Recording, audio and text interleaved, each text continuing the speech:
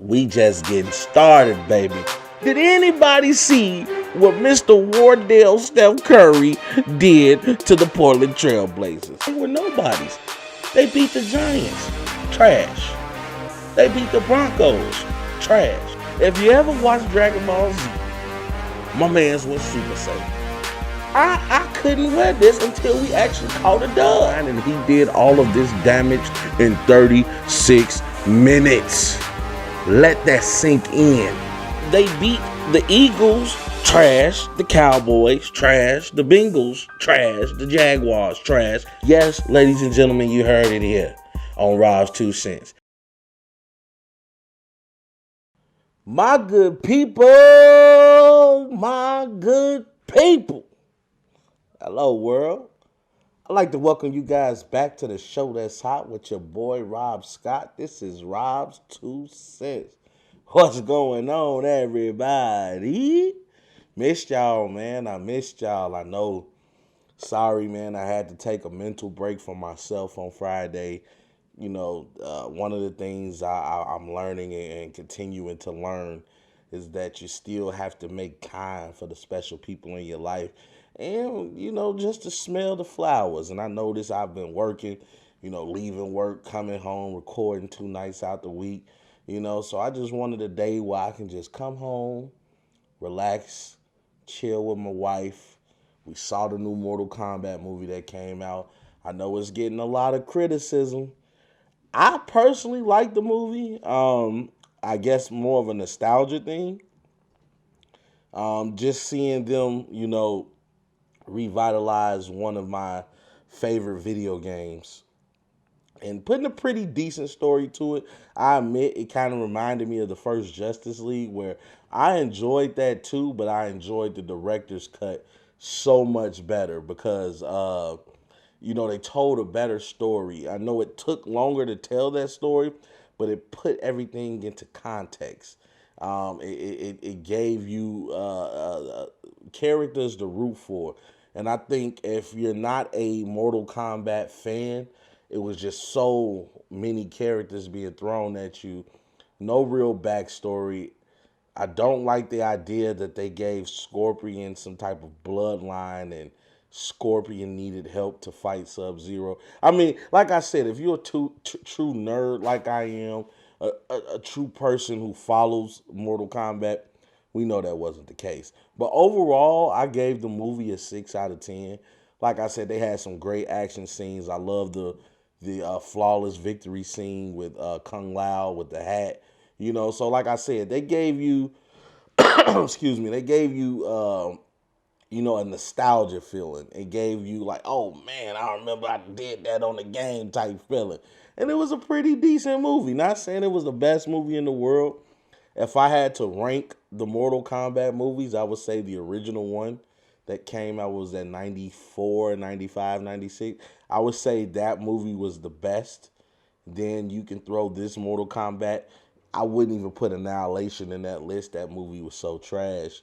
Um, but I did enjoy this movie. And I had a great date and I had a great weekend as well. You know, caught up with some friends.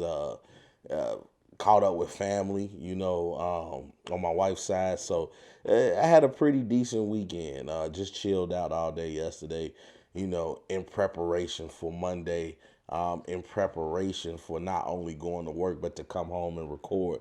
So you got to get your rest in when you have your downtime. Take advantage of your downtime. One of the things I'm still continuing to learn as I navigate through this thing called life. But I know what y'all came here for. I know what you came here for. You came for that good sports talk. I know you missed me like I missed you. And trust me, we got a lot to discuss. As you guys know, the playoffs are coming up. And one thing I love about playoffs or any championship scenario is that they bring you the cliche Cinderella story. And man, we have witnessed a real life Cinderella story right before our very own eyes this NBA season. Because we have to start today's conversation by talking about the New York Knicks. Now, for all my people who are casual basketball fans, don't follow the game as closely or as thoroughly as I do or most of your sports critics and analytic people. The New York Knicks are a team who has been the laughing stock in the NBA for like the last 20 years. A team who hasn't made the NBA Finals since 1999 when they had that lockout season and has not been in the playoffs since 2013 when Melo last played there. But now they are the hottest team in the NBA. The New York Knickerbockers are on a 9-game winning streak and looking to make it 10 Monday evening versus the Phoenix Suns. And right now, that is the longest winning streak for the Knicks since their 8-game winning streak back in March of 2014, where they are currently fourth in the Eastern Conference standings. Now, they have been playing inspiring basketball and playing inspiring defense. And defense has been their calling card. But that's to be expected as they have a defensive guru as a head coach in Tom Thibodeau. The Knicks are first in opponents' points per game, only allowing teams to score 104.7 points a game, and they're fifth in rebounds per game, averaging 45.6 rebounds a game. They are also being led in scoring by first-time All-Star and more than likely to win the NBA's Most Improved Player of the Year, and Julius Randle, who's been playing on a different level right now. He's averaging 24 points and 10 rebounds this season. Not to mention he got his boy and my boy and your boy, Derrick Rose, who is starting to write another chapter in his very storied career as he's turning back the hands of time and have been putting up some huge numbers and clutch buckets when they matter. Oh, in the last 10 games, he's averaging 16 points and 4 assists, and he has been great in leading the second unit for this team. Plus, with R.J. Barrett and Emmanuel quickly stepping up their play, the Knicks look to be a real threat in the Eastern Conference. Now, you know we got to look at the last 5 games on this amazing run that the Knicks been on. Go ahead, kick your feet up, and let's go ahead and talk some sports. Because first up, the Knicks went against the Dallas Mavericks team, who had just had a great victory against the Memphis Grizzlies off a crazy three-point floater at the buzzer by Luka Doncic. If you haven't saw my live show, I discussed this maybe about a week ago, and I was discussing how unreal that shot was. I mean, Luka gets the ball from inbound. He's being chased down by 2 defenders. He scoots in between the defenders. He's on 1 foot. He floats it with his left hand, which is his least dominant hand, and hits the 3-point shot at the buzzer. That was an amazing thing to see. However, the Dallas Mavericks could not recapture that magic against the New York Knicks. The Knicks would defeat the Mavericks 117-109, even though Luka had a great game scoring. I mean, the man had 22 points, 19 assists, 8 rebounds, and 1 block. Again, people, that's 19 assists. If y'all don't believe me when I tell you guys Luka Doncic is on the rise and he's going to be a perennial star in this league, that stat line right there should let you know the type of player he is. The fact that he can get his own bucket but make his team better, the man had 19 assists. But the only problem was he was going against a very hot New York team. And Julius Randle would just be too much to handle as he scored 1 shy of his career high as he would go for 44 points, shooting 16 to 29 from the field, including 6 of 11 from distance. Also, he had 7 assists, 10 rebounds, 1 steal, and 1 block. R.J. Barrett, his partner in crime, would score 24 points, 8 rebounds, and have 1 steal. And Derrick Rose, coming off the bench, would give you 15 points, 5 assists, and 1 steal as well.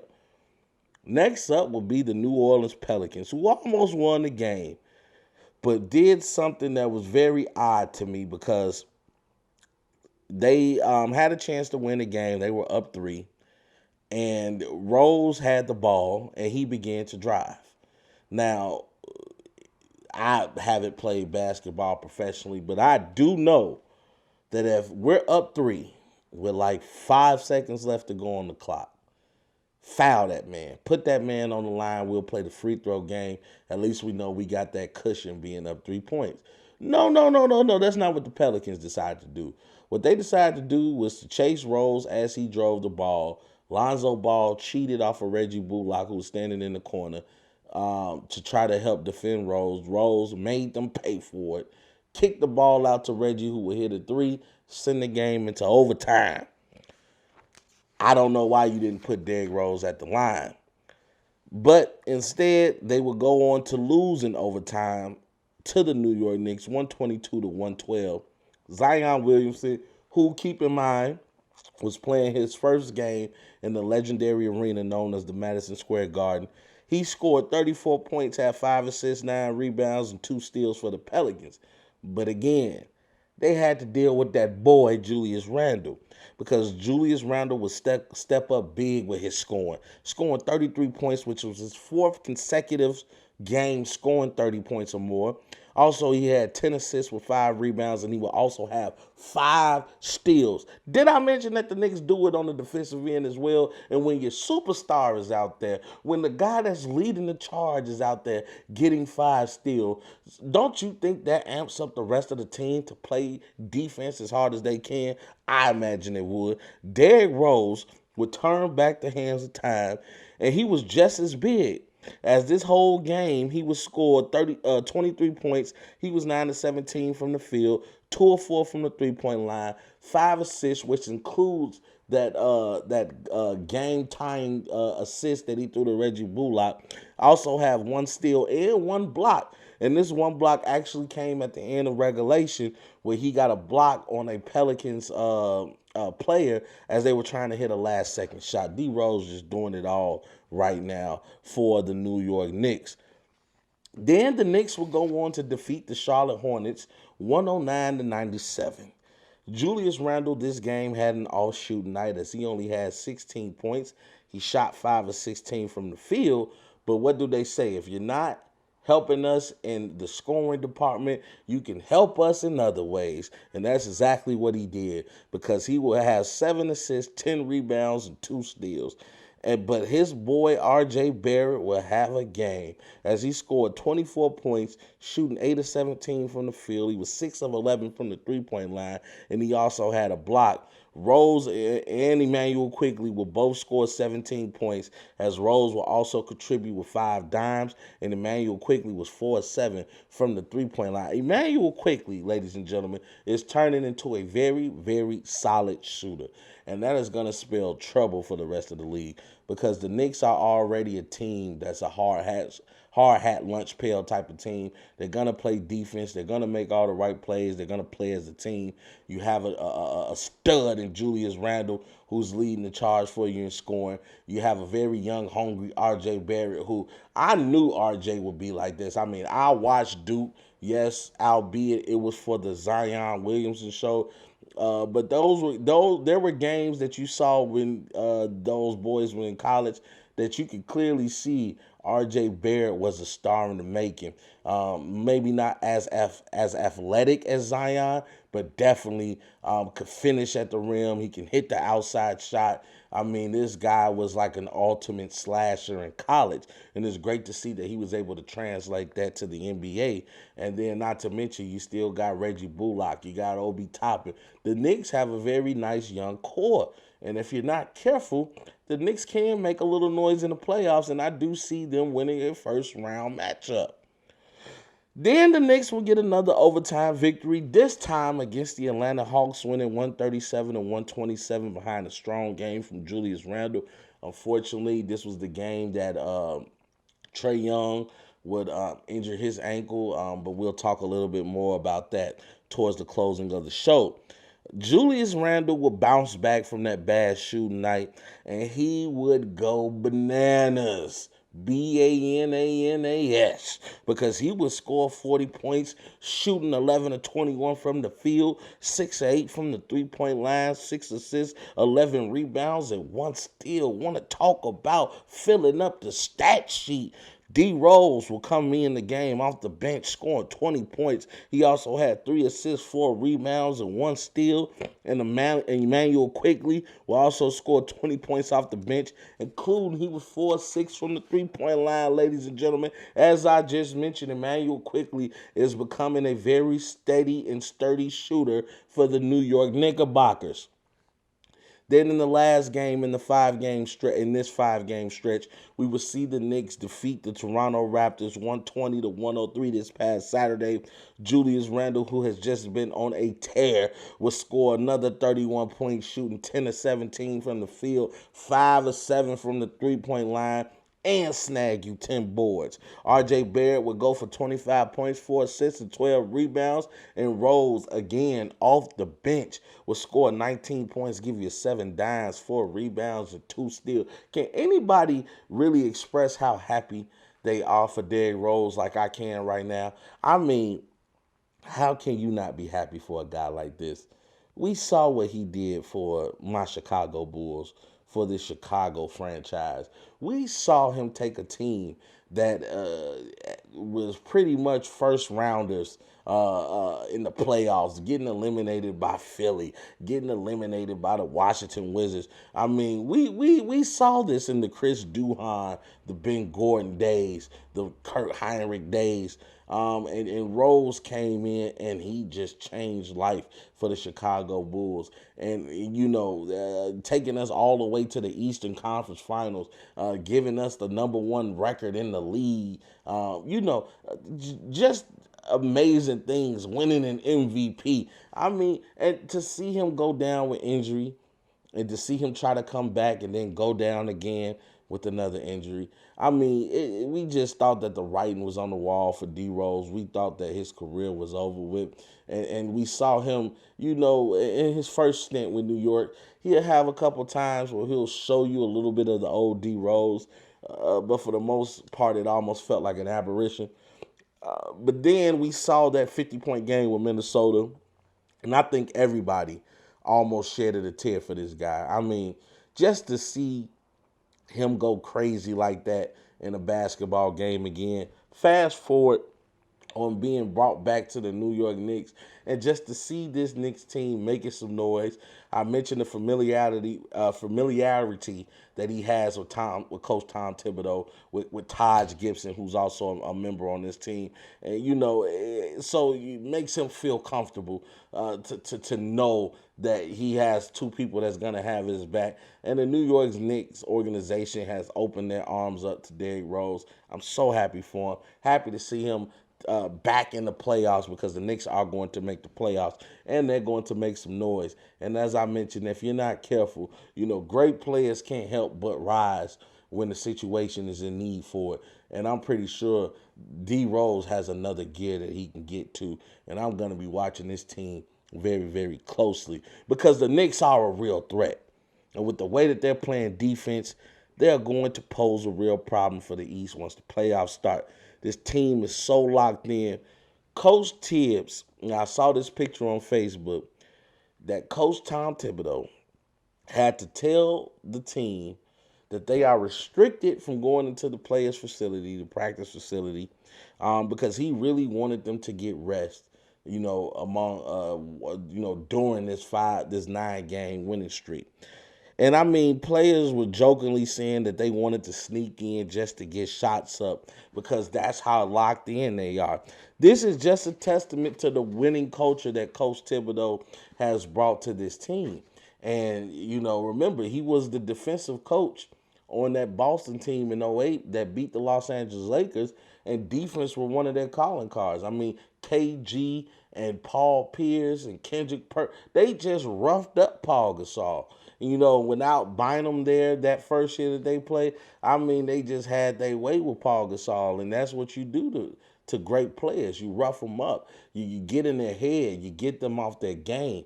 And right now, the Knicks defensively are not a team that you want to play in the playoffs, especially if you can't score like a Brooklyn Nets.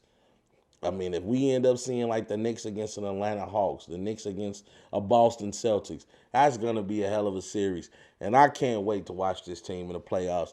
Let me just tell you guys, But there's also another team in the Eastern Conference making a little noise right now, because don't look now, but the Washington Wizards have crept up and have put themselves back into the playoff picture.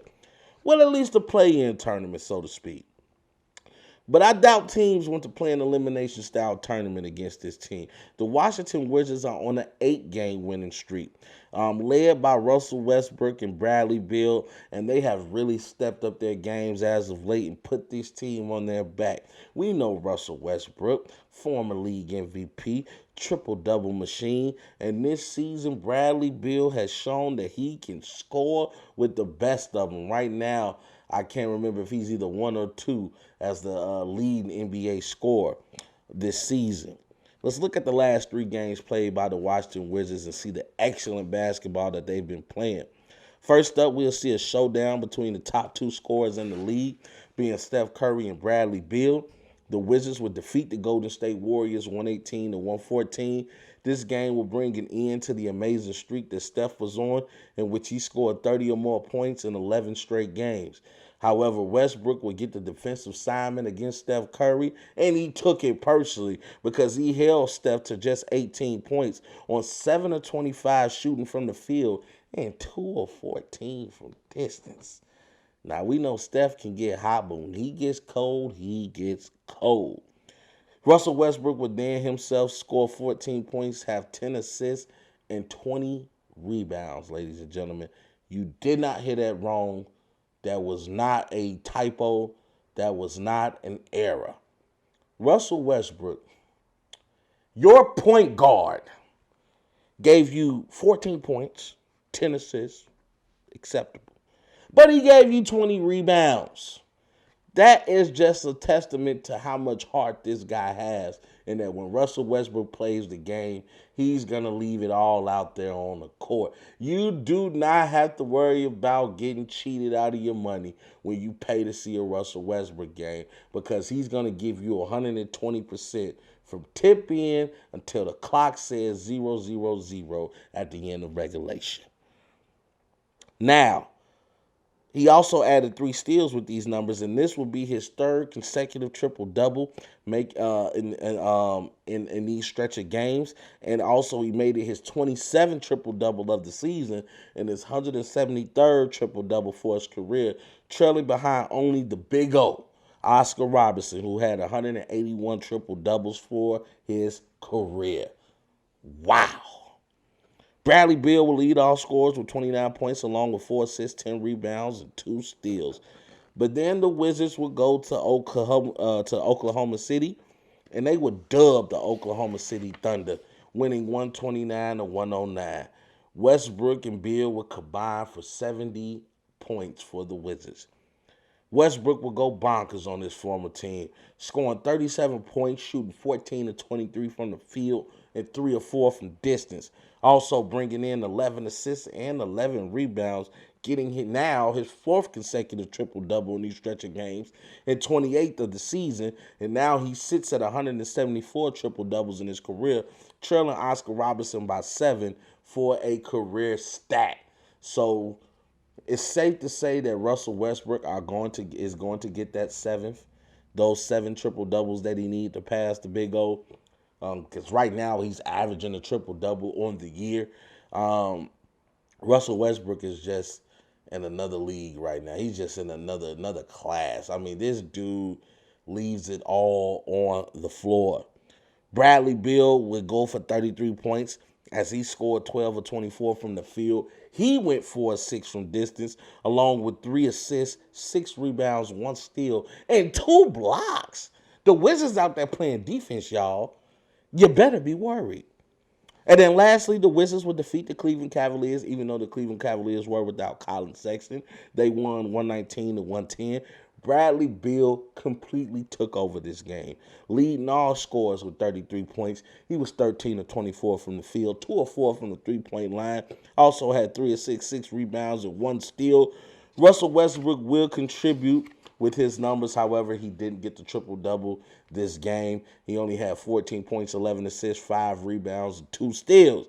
Still putting up numbers. And the good thing is he's putting up numbers, and this is resulting in W's. think the Wizards just needed time to get acclimated to each other. Sometimes it takes almost a full season before we really know where you like the ball at, or what's a strong shot for you. And I think they're starting to learn each other. The Wizards are starting to play like we all expected them to play at the beginning of the season when we found out Russell Westbrook was going to Washington. We know Westbrook is a triple-double machine, and we know that Bradley Beal has put the league on notice with his offensive power. But we wanted to make sure that these two guys would be a fit, because it is a shame if the Washington Wizards, led by Russell Westbrook and Bradley Beal, do not make the playoffs. If they do not make the playoffs, then this was a wasted season, and you probably wasted some prime years out of your career. However, I think that they will be able to make some noise in this play-in style tournament. And I'm pretty sure the teams that are stuck at 7, 8, and 9 do not want to see the Wizards, who are at 10 right now. As I mentioned at the beginning of this segment, the Wizards are not a team to be messed with. Got a couple quick hitters before we end the show. As I mentioned earlier, Trae Young in his game versus the New York Knicks has been diagnosed with a grade level 2 lateral sprain in his left ankle. He's expected to return by next week once the swelling and discomfort subside. So I guess you could say return this week possibly. He injured himself again versus the Knicks with about 1 minute left in the third quarter. When he drove through the lane, he shot a floater. He landed awkwardly, landing on somebody's foot, and that took him out for the rest of the game, and we haven't seen Trae Young since. So hopefully we're able to get him back, because the Atlanta Hawks are looking like they're going to be in the playoffs as well, at worst be in the play-in tournament, and Atlanta is going to need every bit of Trae Young if they expect to make any noise in the Eastern Conference playoffs. Good news for the Charlotte Hornets. LaMelo Ball has been cleared to return to action. He hasn't played since March 20th, in which he injured his wrist against the Los Angeles Clippers after he used his hands to break his fall after a layup. One of the things that, when I speak to most basketball players is that they learn how to fall, because, learning how to fall or to take a dive will get you a long way in your basketball career, because there are going to be times where you just have to get that little bit of extra to get the ball over the defender's hands, and sometimes you're not going to have that clean landed, but you never want to try to use your hands or your elbows to break your fall, because with all that weight and torque coming down from you jumping and the athleticism that these players have, it can lead to some bad things. Luckily, LaMelo was not hurt for that long. I know the cast has been removed from that wrist, so he should be back any day now, which is going to be great news for the Charlotte Hornets, as they also look to make a little noise for the upcoming playoffs, even though I don't think they're going to do much, but they definitely have a bright spot, meaning that they have something to build for the future. To take it over to the NFL real quick, the Pittsburgh Steelers extended coach Mike Tomlinson's contract for another 3 years. As we know, he's been the coach for the Pittsburgh Steelers probably, for the last 13, 14, 15 years. His record as a head coach with the Steelers is 153 wins to 86 losses, including 1 draw. And this includes postseason as well. He also has a Super Bowl title under his belt back when the Steelers defeated the Arizona Cardinals in the 2009 Super Bowl. So that's great news for Coach Mike Tomlinson. Again, I hate bringing up race or skin color, but as a black man, it's good to see another black man, in a position of authority within these leagues, considering, let's just put it out there. We look at the NBA, we look at the NFL, they're played by predominantly black players. So I can't imagine in any case that one of these former players can't come back and coach the game. It's all about opportunity. Representation is best. Also, right now, the Portland Trail Blazers are lacking in the defensive side of the ball, as they are now on a 5-game losing streak. And once again, they're in a play-in type situation, as they have dropped to 7th in the West and don't look like Dallas is going to be relinquishing that spot. Fortunately for the Trailblazers, however, this is familiar territory to them. As you remember, last year they had to play in a play-in style tournament. I believe they beat Memphis to get into the playoffs, and then they will eventually lose to the Lakers, I believe, in 5 games in the first round of the Western Conference playoffs. So right now, Portland. They're looking to try to make a little note. Like I said, CJ just came back. What's my boy name? Nurkic. He just came back. Yusef Nurkic. So, and then you bring a Norman Powell from Toronto. They still are trying to get acclimated to each other, get accustomed to each other's style of play. I believe Portland will be just fine. They're definitely a dangerous team, a team that you don't want to see in the first round, especially depending on if Dame and CJ can get hot or if Melo can have a turn back the hands of time type of game. Portland is going to be a team to be reckoned with in the Western Conference. However, I think at the best they can make it to second round. KD returned to the lineup for the Brooklyn Nets as they defeated the Phoenix Suns 128-119. Keep in mind, he only played 28 minutes, and this was his first time in the game since when? March. No. So he had just went out, like 3 games ago, dealing with that knee contusion. So this is his first game in 3 games since he, in fact, missed the 23 straight games as well. So he didn't get the start last night. He came in the second quarter. And still had a very efficient game in 28 minutes. We know KD is Mr. Efficiency. And he went for 33 points off of 12 or 21 shooting from the field. He was also 2 or 3 from distance. He also brought in 4 assists, 6 rebounds, 2 steals, and 1 block. Every time I think Brooklyn is done, every time I think, okay, it's too many injuries mounting up, will these players come back? Somebody comes back. And they show you just how scary this Brooklyn Nets team can be. The amount of firepower that this team has, that they can just go nuclear at any second. I just said KD played only 28 minutes, and in 28 minutes he was 12 or 21. You don't get more efficient than that. Scoring 33 points in 28 minutes. KD is a dog. And it's only a matter of time before James Harden returns. And then the East is really in trouble. Speaking of returns, we go from KD in the East. We got to go to AD in the West. Because Anthony Davis made his return versus the Dallas Mavericks. They played Dallas in back-to-back situations. April 22nd, he played against the Mavs. Both games resulted in a loss. The first game, which was his return game on the 22nd, he only scored 4 points. He was 2 of 10 from the field, 0 of 1 from the three-point line. He had 4 rebounds, 1 assist, 1 steal, and 1 block. And he did that in 17 minutes of play. You can imagine being off that amount of time. I believe AD hasn't played since Valentine's Day or February 13th. So he's been gone for a very long time.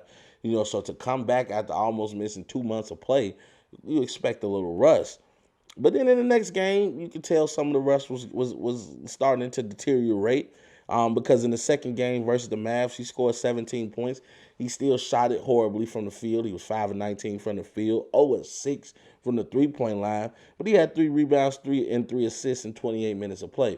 So at least his minutes are starting to go up. AD, looks healthy. However, I don't see what the other analysts were saying. He did have some moments, to me personally, where you can tell he was trying to monitor that ankle.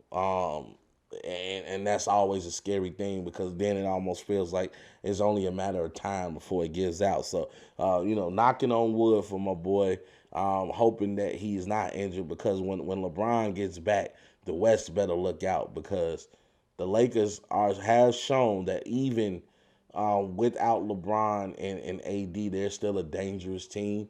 They were able to stay above 500. You bring in somebody like Drummond, You bring in a Ben McLemore, who's a deadly shooter as well. I think the Lakers are A-OK. We just have to see how Coach Frank Vogel is going to distribute these minutes among these players, because you have some players that believe they should be playing this, and that's not going to be the case when LeBron gets back, because my boy GM Bron is going to put everybody in place, and he's looking to make another trip to the NBA Finals. Also, a couple more quick bits before we get up out of here. Steph Curry has made 85 three-pointers for the month of April, which is the most threes made in a single month by any player. He just broke James Harden record, y'all. So right now, he has made the most three-pointers in a month in NBA history. He also added 7 last night as he led his Warriors to a 117-113 victory over the Sacramento Kings, as he scored 37 points out 7 of 14, made three-pointers. Steph Curry, ladies and gentlemen, is just a dog, and there's nothing you can do about it. Steph is going to be Steph. And when Clay gets back, and if they're able to bring over a nice free agent in next year's free agency, man, let me tell y'all, don't be surprised if the Warriors are not back in that upper echelon of teams in the Western Conference. You heard it here first on Raw 26. And last but not least, we saw a welterweight championship match at UFC 261, where we saw Kamaru Usman defeat Jorge Masvidal by knockout in the second round. And let me tell y'all about this knockup, y'all. He caught my mans with a straight right hand that delivered the boom and knocked the Lord Jesus out of this man. I mean, when the man hit the ground, he was still semi-conscious. But when you throw in an extra 3 hammer fists, when you just beat on somebody's face like you a gorilla, that was all she wrote. Masvidal again takes another L at the hands of Kamaru Usman. Remember, they had a fight at UFC 251 in which they went the distance. Masvidal would lose to Usman in a unanimous decision. And he thought he would have a better go at it this time around. However, that was not the case. He mentioned at the end of the fight that he was unaware that Usman had this power, because when they fought, Usman is known as a grappler. He's known as a wrestler. Masvidal came into this fight thinking, okay, he's going to try to wrestle me. He's going to try to get me into some type of submission hold to win this matchup. So I'm pretty sure he came in being prepared for this to be a ground match, for this to be a fight on the floor, a battle of wills, if you will. However, Usman said, oh no, I got these hands, bruh. And he knocked the Lord Jesus out of my man's Masvidal. And Masvidal took a second L to Usman. Just to give you some context about Usman. Right now, Usman is considered the best pound-for-pound fighter in MMA. He's at least ranked at number 2. He's had 20 fights in total, 19 in one of those fights. Within those 19 wins, 9 have came by way of knockout and 1 by way of submission. So Usman has shown that he has some type of punching ability as he's able to knock out some of these people. And man, he is still your UFC welterweight champion of the world. And right now, it's looking scary for some other fighters, especially because the welterweight division is a little overcrowded in the UFC. So Usman is going to continue his pillage and continue his rise to the top, while Masvidal is going to fall back down into the rankings, and he's going to have to fight his way up for another chance to capture the UFC welterweight championship. And that's my time, ladies and gentlemen. Hope you guys enjoyed the show. I want to apologize about the sirens. Nothing I could do about that. I'm doing my job, and the medical staff are doing their jobs, keeping people healthy on these streets.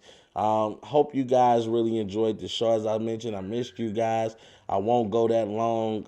Well, I ain't going to say that because it might be a time I have to take another break in the future. I got some things I'm working on in the background in my personal life, so won't be revealing anything too much until I know what type of direction I'm heading in. But as you know, I'm always going to come back here because this is my love. This is my heart. We got so much to talk about as the playoffs begin. Playoffs are going to be beginning, well, I believe, sometime in May. I want to say May 18th, the playoffs start. I could be wrong on that date. I'm sorry, leave in the comment section on exactly what date they start. I appreciate you guys. Hope you guys have a great week, man. I know we just passed Monday. By the time you guys listen to this, it'll be Tuesday. So you know what it's always time to do. What I always say, time to set our goals for the week. It's time to make them make achievable goals, and then go achieve them. Hey, it's a never-ending work. It's never-ending work in this thing called life. There's always something to be done. It's always a job that you can do to be better, whether that's to be better professionally, to be better personally. You always have to continue working on you, and I hope that's what we all strive for. Catch you guys this Friday on Facebook Live. Follow your boy, Robert Great One Scott, on Facebook Live, man. I'm going to be going live on Friday, as I like to do my live shows. As I mentioned, we got a lot to discuss, and I appreciate all the people who continuously show support. I do this for y'all, man. I do this for y'all. Hope you guys have a great evening. Remember to like the video, share the video, subscribe to the video. Also add me on other social media platforms. I can be found on Facebook as Robert Great One Scott. Like the business page, Rob's 2 Cents on Facebook. Also on Instagram is Team Greatness 13, and also Rob's 2 Cents on Instagram as well. You can also catch your boy on TikTok under Rob's 2 Cents, and also follow your boy on Twitter under the Great RS0815. On Twitter, baby. Man, I'm out here just trying to live the dream. I hope you guys support your boy. You guys have a great evening, man. I hope you guys continue to be great. And we already know the slogan, baby. We go. There's a bigger fight going on. There's a much bigger agenda than the streets. And I know sometimes it's hard to see that far in front of us, but we have to look past the illusions, look past the delusions of grandeur, and look at the bigger picture. We need to become better versions of ourselves each and every day. Fight for what you believe in, because if you stand for nothing, you'll fall for anything. We just getting started, baby. You guys know the slogan now. Hope you all have a great evening, and we go.